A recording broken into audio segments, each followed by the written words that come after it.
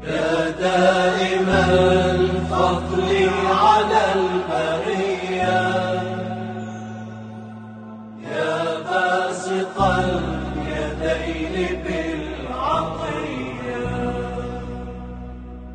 يا صاحب المواهب السنية صل على محمد وآله خير الورى سجيا.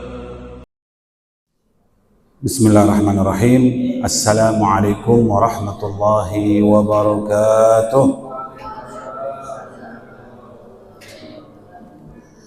الحمد لله رب العالمين وبه نستعين على أمور الدنيا والدين والصلاة والسلام على سيدنا وحبيبنا وشفيعنا وقرة أعيننا ومولانا محمد صلى الله عليه وعلى آله الطيبين الطاهرين وأصحابه المنتجبين الميامين.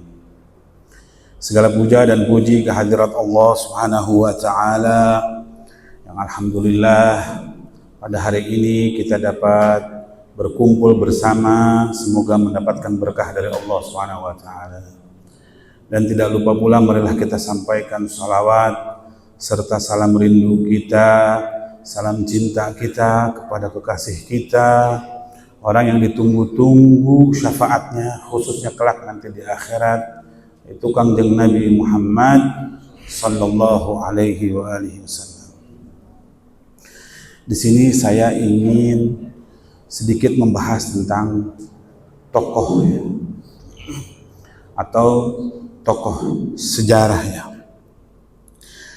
Michael Hart pada tahun lebih kurang 1978 dia membuat buku atau mengarang satu buku 100 tokoh yang paling berpengaruh di dunia semenjak diciptakannya bumi ini sama Allah Subhanahu wa Ta'ala menurut Michael Hart.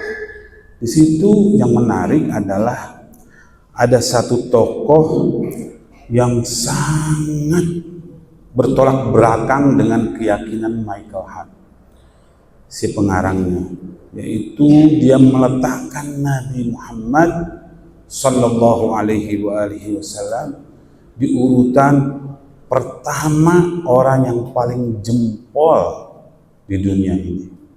Pertama orang yang paling banyak pengaruhnya di dunia ini ketimbang orang-orang yang lain atau ketimbang penemu-penemu atau tokoh-tokoh yang lain. Tentu saja Michael Hart menulis ini tidak main-main. Hasil kajian, hasil penelitian, hasil riset yang telah dia lakukan. Begitu besar pengaruhnya Nabi Muhammad sallallahu alaihi wasallam kepada masyarakat banyak. Terutama pada zaman sekarang ini lebih kurang hampir 2 miliar penduduk muslim di muka bumi ini mengikuti, bersaksi bahwa tidak ada Tuhan selain Allah dan Muhammad sebagai utusan Allah Subhanahu wa Ta'ala. Itu sepakat 2 miliar. Dan banyak di 2 miliar ini ingin mengidolakan Nabi Muhammad sallallahu alaihi wasallam dengan cara-caranya. Mereka percaya bahwa Nabi Muhammad ini adalah orang yang paling jujur, orang yang paling soleh, orang yang patut untuk dijadikan idola atau menjadi manusia paling ideal yang ada di muka bumi ini. Auladi rahimakumullah, tentu kriteria untuk menjadi tokoh itu ada beberapa hal. Ada beberapa yang harus terpenuhi seseorang apabila ingin menjadi tokoh sejarah atau berpengaruh kepada orang lain. Yang pertama untuk menjadi tokoh itu adalah bukan hartawan. Tidak boleh kaya raya atau dilihat dari kepemilikannya, kepemilikan hartanya. Orang kalau mau jadi tokoh itu tidak boleh kaya raya. Menarik ini.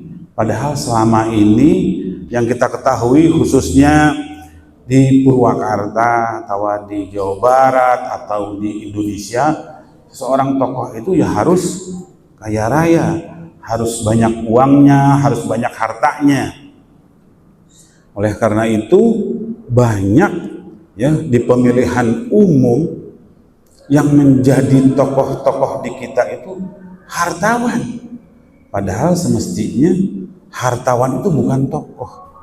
Banyak pemilihan umum baik DPRD atau bupati, wali kota dan lain sebagainya itu dipilih bukan karena pengaruh orangnya, tapi karena hartanya. Jadi tidak bisa dikatakan seseorang yang kaya raya disebut dengan tokoh. Seperti siapa yang paling fenomenal sekarang ini? Elon Musk. Itu tidak dianggap tokoh karena dia terlalu kaya, hartawan, banyak hartanya ya, berlimpah ruah. Yang kedua, orang yang bisa disebut tokoh itu karena ada karya nyatanya, karena dia menemukan sesuatu, karena dia menemukan temuan-temuan yang baru ya, temuan-temuan yang bisa bermanfaat bagi sesama manusia ya. Di IPB itu ada satu profesor doktor ya, dia penemu sumur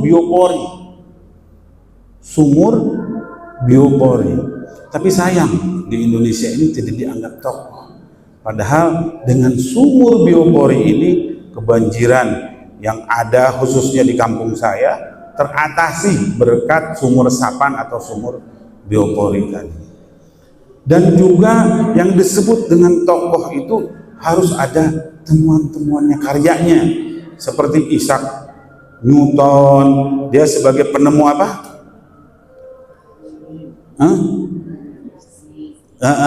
Terus juga ada siapa namanya ini yang penemu lampu siapa? Ya, terus juga Einstein itu penemu apa? Ya, barakallahu fiikum ya. Itu disebut tokoh. Makanya sama Michael Hart dimasukkan seperti Isaac Newton, Einstein, Nabi Isa pun dimasukkan semua. Ranking ketiga Nabi Isa ini. Padahal menurut orang-orang Kristen bahwa Nabi Isa ini adalah anak Tuhan. Tapi kalah sama Isaac Newton, lulusan Cambridge. Sekolah kita ini kan insya Allah bagi yang berminat mau masuk Cambridge dipersilahkan ya, begitu Pak Maran ya. Itu Isaac Newton itu lulusan Cambridge. Jadi pengaruhnya menurut si Michael Hart itu lebih berpengaruh Isaac Newton ketimbang Nabi Isa. Itu menurut buku 100 tokoh yang paling berpengaruh. Selanjutnya yang menjadi syarat untuk menjadi tokoh itu ini sedikit rada kualitatif ya. Berintegritas, bermoral, berakhlak al-karimah, punya sopan santun, punya karakteristik yang begitu baik, sehingga dengan akhlak tersebut dia bisa berpengaruh kepada orang-orang yang ada di sekitarnya. Dulu saya pernah hadir di satu seminar di Damaskus waktu itu ya, tahun 1997-an lah. Ada salah satu ulama, profesor doktor, dia sebagai narasumber. Tapi di sampingnya itu ada juga doktor, belum profesor, sebagai narasumber juga. Nah, si profesor doktor yang ulama tadi sebetulnya dia adalah pemateri terakhir. Akhirnya sebelum dimulai acara atau dari mulai sambutan-sambutan dan lain sebagainya, dikasihlah minuman gelas-gelas. Waktu itu masih pakai gelas ya, belum berupa gelas plastik gitu, gelas biasa gitu. Tiba-tiba si profesor doktor ini, padahal ini lawan bicaranya, Seminar ini atau dialog ini dengan si dokter ini, profesor dokter ini mengisi gelas dengan tekonya, dia teko terus diisiin air ke dalam gelas, diberikan kepada si dokter tadi. Dokter tadi langsung mengambil gelas itu dan meminumnya. Nah, minumnya ini gak habis atau meminumnya baru sedikit gitu. Setelah ditaruh sama si profesor dokter ini, langsung diambil minumannya tadi dan diminum air bekas si dokter tadi. Yang notabene-nya adalah dokter ini adalah lawan bicaranya atau lawan dialognya. Otomatis setelah itu si dokter ini kebingungan dan dia menyampaikan, dan penyampaian yang di luar gembar-gembor karena hanya bekas dia diminum itu dia langsung kaget dengan sopan santun si profesor dokter yang tadi. Akhirnya dia jadi kerepotan dan dia mengakui bahwa keunggulan daripada profesor dokter yang meminum air terakhir tadi. Ini menarik ini, pengaruh integritas, karakter, akhlak, budi pekerti itu sangat dominan untuk menjadi tokoh. Tapi zaman sekarang kriteria-kriteria tadi itu dibuang jauh-jauh sama anak-anak kita sekarang. Kriteria-kriteria itu, syarat-syarat untuk menjadi tokoh tadi itu seakan-akan tidak ada. Tolak ukur menjadi tokoh sebagai tadi ya, sebagai yang pertama tidak hartawan, yang kedua harus ada temuan, yang ketiga harus berintegritas, terakhir ini zaman sekarang seakan-akan itu bukan tokoh. Yang disebut tokoh menurut Gen Z zaman sekarang adalah yang banyak followersnya, yang banyak subscribernya gitu ya, yang banyak nonton di media sosialnya, yang banyak likes-nya, yang banyak di sosial media semua. Itu yang disebut tokoh. Walaupun orang itu sebetulnya tidak pantas untuk dijadikan idola, bukan manusia ideal. Kita sering melihat ya, banyak tokoh-tokoh pesohor-pesohor kita ya, itu mereka di media sosial begitu indah dalam kehidupannya, rapih, tapi begitu di luar media sosial ambruk, berantakan, keluarganya sendiri tidak rapih. Tapi anak-anak Gen Z ya, anak-anakku sekalian ini kadang-kadang menjadikan mereka ini sebagai tokoh-tokoh, padahal sebetulnya mereka itu bukan tokoh yang sesungguhnya. Kita jangan mau dibodoh-bodohin sama orang-orang pinter itu, dibodoh-bodohin sama orang-orang yang tidak bertanggung jawab. Kita harus jadikan tokoh kita tokoh yang sesungguhnya.